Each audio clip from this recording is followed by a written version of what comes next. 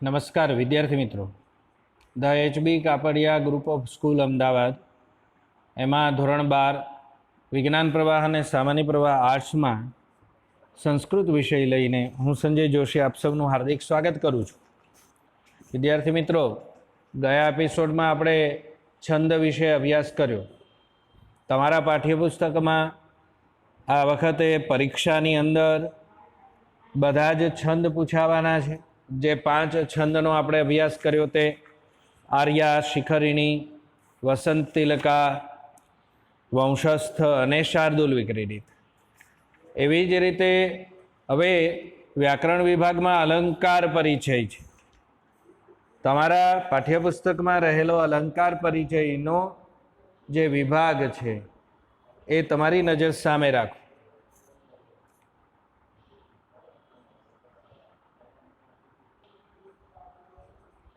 વિદ્યાર્થી મિત્રો, ધોરણ 11માં તમે અલંકાર પરિચય કેળવ્યો છે, અર્થાત કે મેળવ્યો છે. એમાં ઉપમા અલંકાર, અશબ્દાલંકાર, અર્થાલંકાર આપણે ભણ્યા હતા. ઉપમા, ઉત્પ્રેક્ષા, રૂપક, અતિશયોક્તિ એ 4. એ જ રીતે હવે અર્થાલંકારમાં શ્લેષ અલંકાર ભણવાનો છે. વ્યાજસ્તુતિ, વિરોધ અને અર્થાંતર ન્યાસ એ 4 અલંકાર હવે ભણવાના. તમારા પાઠ્યપુસ્તકમાં અત્યારે પહેલો અલંકાર છે શ્લેષ અલંકાર. પરીક્ષાની અંદર 2 માર્કમાં અલંકાર ઉદાહરણ સાથે સ્પષ્ટ કરો એવો પ્રશ્ન પૂછાય છે. તો તમારે લક્ષણ, એની સમજૂતી, ઉદાહરણ અને એની સમજૂતી સ્પષ્ટ કરવાની હોય. એ બધું કમ્પ્લીટ કરો, પૂર્ણ કરો, ત્યારે તમને પૂરા 2 માર્ક્સ મળે છે. અને સામાન્ય વિજ્ઞાન પ્રવાહની અંદર એમસીક્યુમાં પણ અલંકાર પૂછાતા હોય છે. તો વ્યાજસ્તુતિમાં કે શ્લેષમાં કઈ વિશેષતા જોવા મળે છે એમ કહી અને 4 વિકલ્પો આપવામાં આવે છે. કેશવમ પતિતમ દ્રષ્ટવા પાંડવા હર્ષ માગતા. આ શ્લોકમાં કયો અલંકાર રહેલો છે એ રીતે પણ એમસીક્યુ બનાવીને પૂછાતા હોય છે. તો બંને રીતે અભ્યાસ તમારે કરવાનો છે અને તૈયારી કરવાની છે. શ્લેષ અલંકાર આપણે ભણવાનો. અર્થાલંકારમાં શ્લેષ અલંકાર. શ્લેષ અલંકારની વ્યાખ્યા લક્ષણ છે. શ્લેષ સ વાક્યે એકસ્મિ યત્ર અનેકાર્થતા ભવેત. યત્ર એટલે જ્યાં એક જ વાક્યમાં અનેક અર્થોનો બોધ થાય ત્યાં શ્લેષ અલંકાર બને. એક શબ્દના અનેક અર્થ થાય ત્યાં શ્લેષ અલંકાર બને. અહીંયા ઉદાહરણ આપ્યું છે, કેશવમ પતિતમ દ્રષ્ટવા પાંડવા હર્ષમાગતા રુદંતી કૌરવાહ સર્વે હા હા કેશવ કેશવ. કેશવને એટલે કૃષ્ણને સાદો અર્થ આવો છે. પતિતમ દ્રષ્ટવા પડેલા જોઈને, પાંડવા હર્ષમાગતા એટલે પાંડવો આનંદમાં આવી ગયા અને બધા કૌરવો રોવા લાગ્યા, રડવા લાગ્યા, હે કૃષ્ણ હે કૃષ્ણ. તો એવો અર્થ નથી. શ્લોકનો બીજો અર્થ આવો થાય છે કે એટલે કે પાણી. પાણીમાં શવમ એટલે શબને જોઈને, પાંડવાહા એટલે માછલાઓ, પાંડવ એટલે માછલાઓ આનંદમાં આવી ગયા, અને કૌરવાહા એટલે કાગડાઓ એ રડવા લાગ્યા. કેશવ કેશવ, પાણીમાં શબ, પાણીમાં શબ, અથવા શબ પાણીમાં ગયું, શબ પાણીમાં ગયું. પાણીમાં શબ જાય તો જલચર પ્રાણી એને નીચે ખેંચી જાય અને કાગડાના ભાગે કશું ના આવે. આમ કેશવ શબ્દનો બીજો અર્થ થયો પાણીમાં પડેલ શબ્દ શબ, અને પાંડવ શબ્દનો બીજો અર્થ માછલા, કૌરવ શબ્દનો બીજો અર્થ કૌ કૌ અવાજ કરે એટલે કૌરવ, કાગડા. આમ એક શબ્દ અને અર્થ 2, અને એના કારણે ચમત્કૃતિ સર્જાય છે. એટલે અનેક અર્થોબોધ થતા હોવાથી આ શ્લેષ અલંકાર છે એમ કહેવાય. શ્લેષ અલંકારના બીજા ઉદાહરણો છે. વિરતાઃ સંતિ ભૂપાલાઃ સાંપ્રતમ તુ મહાલયે ભૂપાલાહ એટલે રાજાઓ, સાંપ્રતમ અત્યારે, વિરતાહ સંતિ વિરામ કરે છે, મહાલયે એટલે મહેલમાં, અને બીજો અર્થ છે રાજાઓ મહાલયે મહાવિનાશમાં અત્યારે વિરતાહ સંતિ રત છે, મગ્ન છે, રોકાયેલા છે. મહાલય શબ્દમાં બીજો અર્થ તો કે મૃત્યુને પામ્યા છે એવો પણ થાય. વિરતાહ સંતિનો અર્થ મૃત્યુને પામ્યા છે એવો પણ લઈ શકાય. એટલે મહાલયમાં બે અર્થ થયા, મહાવિનાશ અને મહેલ. એટલે આ થયું તમારો શ્લેષ અલંકાર. આવું નાનું પણ ઉદાહરણ તમે પરીક્ષાની અંદર લખી અને સ્પષ્ટતા કરી દો તો પણ તમારો એ જવાબ પૂર્ણ કહેવાય. ઉદમયતે દિંગ માલિન્યમ નિરાકુરુતે તરામ નયતિ નિધનમ નિદ્રા મુદ્રામ પ્રવર્તયતિ ક્રિયા રચયતિ તરામ સ્વૈરાચાર પ્રવર્તન કર્તનમ બત બત વલત લસત્તેજ પુંજો વિભાતિ વિભાકર. આમાં વિભાતિ વિભાકર શબ્દ છે એટલામાં જ અલંકાર થઈ જાય છે. વિભાકર એ પદનો અર્થ સૂર્ય અને વિભાકર એ નામના રાજા. વિભાતિ એટલે શોભે છે. તો આમાં અનેક અર્થ થઈ ગયા, બે અર્થ થઈ ગયા. બંનેના પક્ષમાં આ શબ્દોના અર્થ થાય છે, માટે શ્લેષ અલંકાર થાય. તેમ છતાં અનુવાદ જોઈ લઈએ.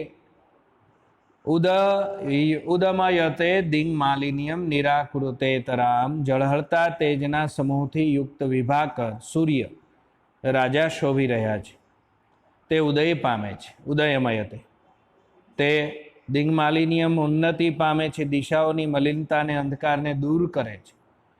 નિરાકૃતે નિદ્રાની સ્થિતિ, નિદ્રા મુદ્રામ એ નિદ્રાની સ્થિતિને અંત લાવે છે અને આળસને દૂર કરે છે. ઊંઘ ઉડાડે છે ને આળસને કરે. અને ક્રિયા પ્રવર્તયતી ક્રિયાનો આરંભ કરાવે છે. ખરેખર સ્વેચ્છાચાર એટલે કે અભિસાર વગેરે સ્વેચ્છાચારની પ્રવૃત્તિનો નાશ કરે. અહો કેવી આનંદની વાત છે. વિભાતિ વિભાકર એટલામાં તમારો એ શ્લેષ અલંકાર થઈ જાય છે. રાજા ઉદય પામે છે, સૂર્ય ઉદય પામે છે, બંને અર્થ આમાં સ્પષ્ટ થઈ જાય એટલે શ્લેષ અલંકાર થાય છે. આમ શ્લેષ અલંકાર એક વાક્ય અનેક અર્થ રહેલા હોય છે. બીજો અલંકાર જોઈએ હવે, વ્યાજસ્તુતિ. એની વ્યાખ્યા લક્ષણ છે વ્યાજ સ્તુતિ મુખે નિંદા સ્તુતિ યા રૂઢિરન્યથા. જ્યાં દેખીતી રીતે નિંદા કે સ્તુતિ હોય અને પરિણામ વિપરીત હોય, એટલે નિંદા કરવામાં આવી હોય તો ત્યાં સ્તુતિનો અર્થ નીકળતો હોય, અને સ્તુતિ કરવામાં આવી હોય, પ્રશંસા કરવામાં આવી હોય, ત્યાં નિંદાનો અર્થ નીકળતો હોય ત્યારે વ્યાજ સ્તુતિ અલંકાર છે. પહેલું સરસ મજાનું ઉદાહરણ છે. નિંદા દેખાય છે, મુખે નિંદા છે, પણ એનો અર્થ જ્યારે ગંભીરતાથી સમજીએ ત્યારે પ્રશંસાનો અર્થ નીકળી જાય છે. કહ સ્વરધુનિ વિવેકસ્તે વિવેકહતે પાપિનઃ નયસે દિવમ. સ્વરધુનિ એટલે દેવનદી ગંગા. તે વિવેકઃ કહ, તારો વિવેક ક્યાં ગયો, કેવો છે, કે તું પાપીનઃ દિવમ નયસે, કે પાપીઓને તું સ્વર્ગમાં લઈ જાય છે. દિવમ સ્વર્ગમાં લઈ જાય છે. હે દેવનદી ગંગા, તારો વિવેક ક્યાં ગયો કે તું પાપીઓને સ્વર્ગમાં લઈ જઈ રહ્યો છે. અહીં ગંગામાં વિવેક રહ્યો નથી એમ કહીને દેખીતી રીતે નિંદા કરવામાં આવી છે. પરંતુ જ્યારે આપણે જોવા જઈએ તો ગંગા એટલી વિશુદ્ધ છે કે પાપીઓને પણ સ્વર્ગે લઈ જનારી દેવ માતા છે. એ વાત આમાં સ્તુતિ રૂપે જણાઈ આવે છે, માટે વ્યાજ સ્તુતિ અલંકાર છે. હવે સ્તુતિ મુખે અને નિંદા એટલે મુખ ઉપર દેખીતી રીતે સ્તુતિ પ્રશંસા છે, અને પાછળથી નિંદા થઈ જાય છે એવો અહીંયા અલંકાર છે, ઉદાહરણ છે. કિમ અહમ વદામી ખલ દિવ્યમતે ગુણપક્ષપાત અભિતઃ ભવતઃ ગુણશાલિનઃ નિખિલ સાધુજનાન યદ અહર્નિશમ ન ખલુ વિસ્મરસી. અર્થ આવો થાય છે, હે દિવ્ય મતે, દિવ્ય બુદ્ધિવાળા, ખલ દુર્જન, તવ તારા, ભવતઃ એટલે તારા, ગુણ પક્ષપાતી ગુણ પ્રત્યેના પક્ષપાતની તો કિમ વદામી વાત શું કરું. ગુણશાલિનઃ નિખિલ સાધુજનાન ગુણવાન એવા બધા સજ્જનોને, સાધુજનાન સજ્જનોને તું અહર્નિશમ દિવસ રાત ખરેખર ભૂલતો નથી, ન વિસ્મરસી તું ભૂલતો નથી. અર્થાત કે તું સજ્જનોને 24 કલાક યાદ રાખે છે. અર્થાત કે તું સજ્જનને 24 કલાક યાદ રાખે છે. આ રીતે અહીંયા વ્યાજ સ્તુતિ અલંકાર છે.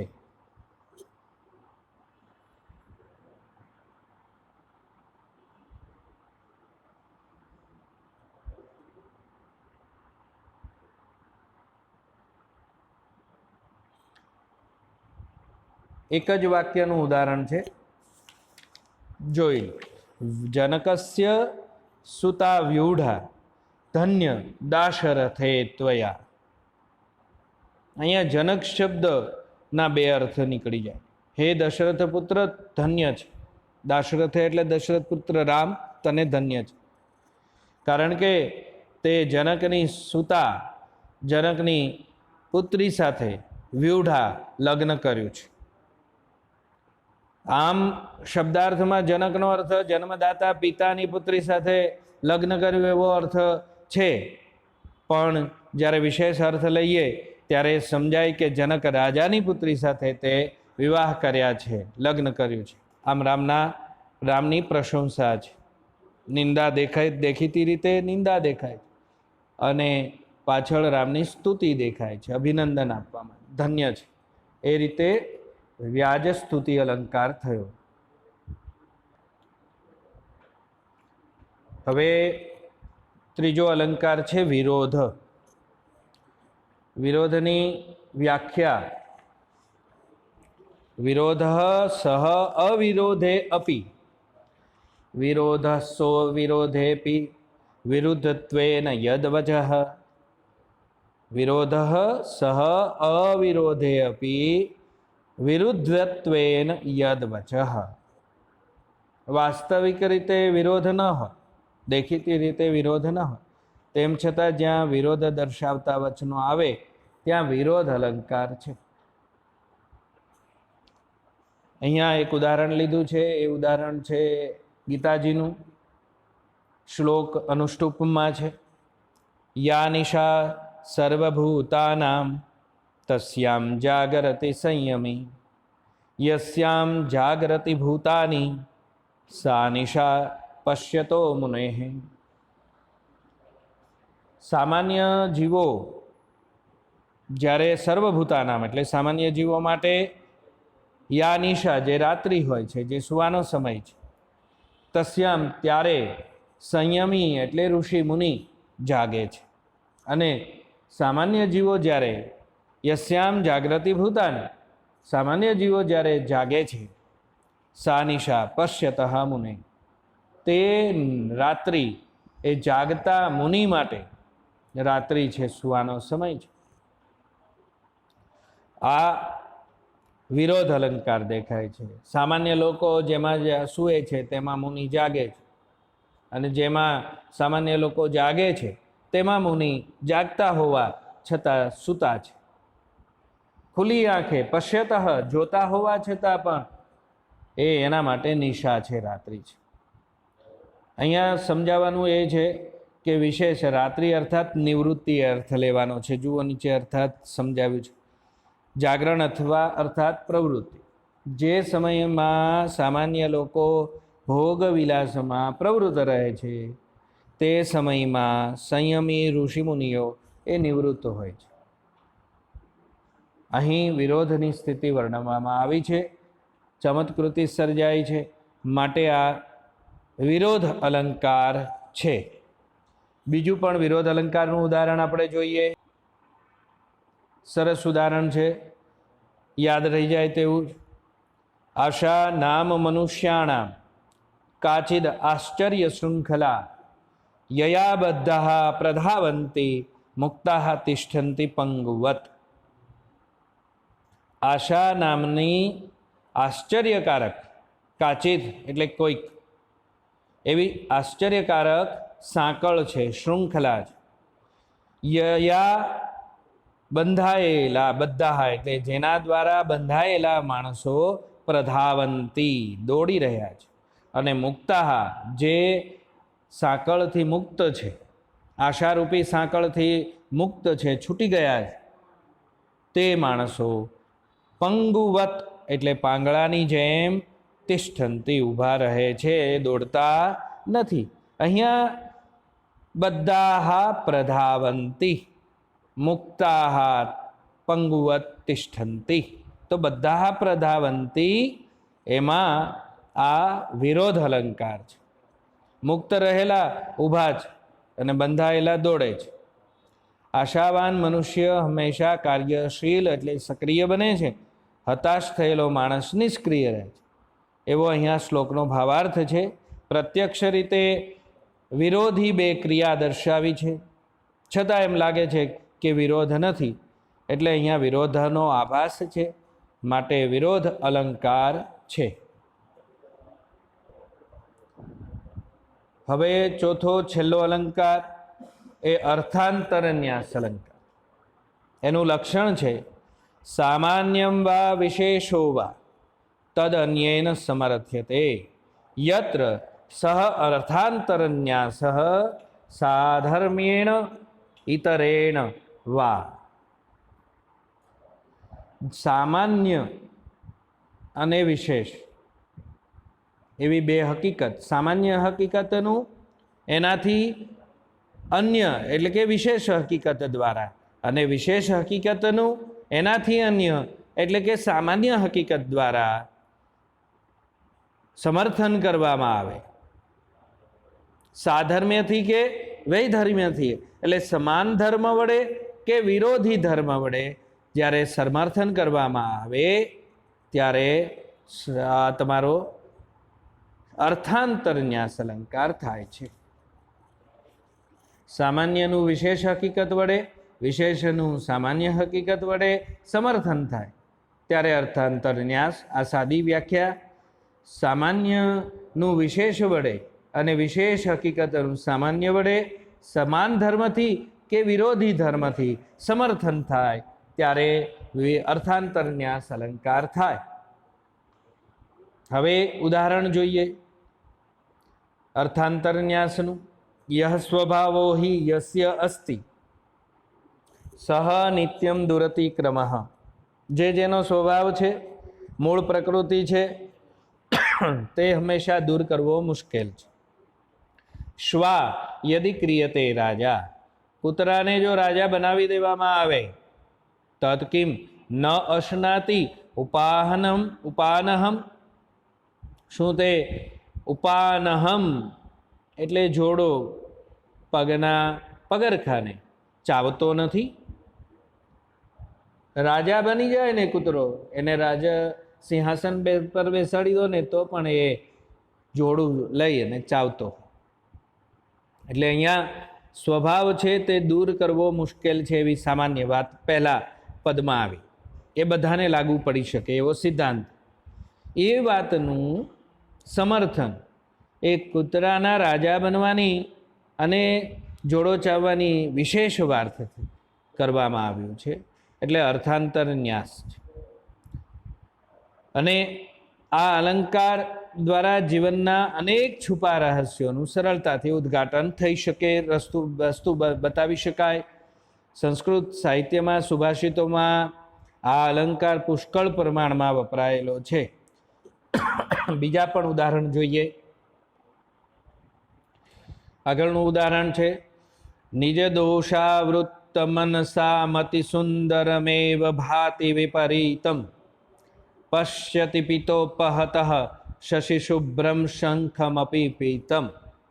પોતાના મનના દોષ વડે નિજ દોષ આવૃત્ત મન, સુંદર વાતને પણ અસૌ અતિ સુંદરમેવ પણ વિપરીત લાગે છે, વિપરીત ભાતિ લાગે છે. પશ્યતિ પિત્ત ઉપહત, પીડિયાના રોગીને ચંદ્ર શશિશુભ્રમ શંખમપી, શ્વેત શંખ અને ચંદ્રને સમાન શ્વેત શંખને પણ એ શંખ પીળો જ દેખાય છે. પિત્ત ઉપહત એટલે પીડિયાનો રોગી, જેને પીળિયો થયો હોય એને ચંદ્ર જેવા સુંદર શંખ પણ પીળો જ દેખાય છે. અહીંયા એક સામાન્ય વાત થઈ, મનમાં રહેલ નિજ દોષને લીધે સારી વાત કે બાબત પણ ખરાબ લાગે છે એવી સામાન્ય બધા જ ને લાગુ પડે તેવી આ વાત એ સામાન્ય હકીકતનું પીડિયાગ્રસ્ત રોગીના વિશેષ હકીકત દ્વારા સમર્થન કરવામાં ઉદાહરણ આપ્યું, માટે અર્થાંતર ન્યાસ અલંકાર થયું. બીજું ઉદાહરણ પણ જુઓ. અતરત હનુમાન અબ્ધિમ દુષ્કરમ કિમ મહાત્મન. હનુમાન સાગર પાર કરી ગયા, મહાપુરુષો માટે શું મુશ્કેલ છે. આમાં હનુમાન સાગર પાર કરી ગયા એ હનુમાન પૂરતી વિશેષ વાત થઈ, અને દુષ્કર્મ કે મહાત્મા નામ એ સામાન્ય વિધાન વડે એનું સમર્થન કરવામાં આવ્યું કે હનુમાન એ મહાન વ્યક્તિ છે, એ વિશેષ હકીકત હનુમાનમાં છે, એ મહાન પુરુષો એના માટે કોઈ દુષ્કર કાર્ય નથી, એના માટે કોઈ મુશ્કેલ કાર્ય નથી. એટલે આ પણ અતિશયો અર્થાંતરન્યાસનું ઉદાહરણ છે. તો વિદ્યાર્થી મિત્રો, 12મા ધોરણની અંદર આ બધા જ અલંકાર તમારે તૈયાર કરવાના છે, એને લગતા બધા ઉદાહરણો, એના લક્ષણો સંસ્કૃતમાં, એની સમજૂતી, એ બધું તમારે તૈયાર કરી અને જ્યારે પરીક્ષામાં પૂછાય છે ત્યારે તમારે લખવાના છે. તો વિદ્યાર્થી મિત્રો, અલંકાર અને છંદ એમાં કંઈ પણ ઓછું થયું નથી અભ્યાસક્રમમાં, એ પૂર્ણ બધા જ પૂછાવાના છે. તમે આના આધારે બધા અલંકારના લક્ષણો તમારાથી જે સરળ બને તે તૈયાર કરી નાખો, ભૂલ રહિત, અને એનું સ્પષ્ટીકરણ પણ તૈયાર કરી નાખો. અસ્તુ.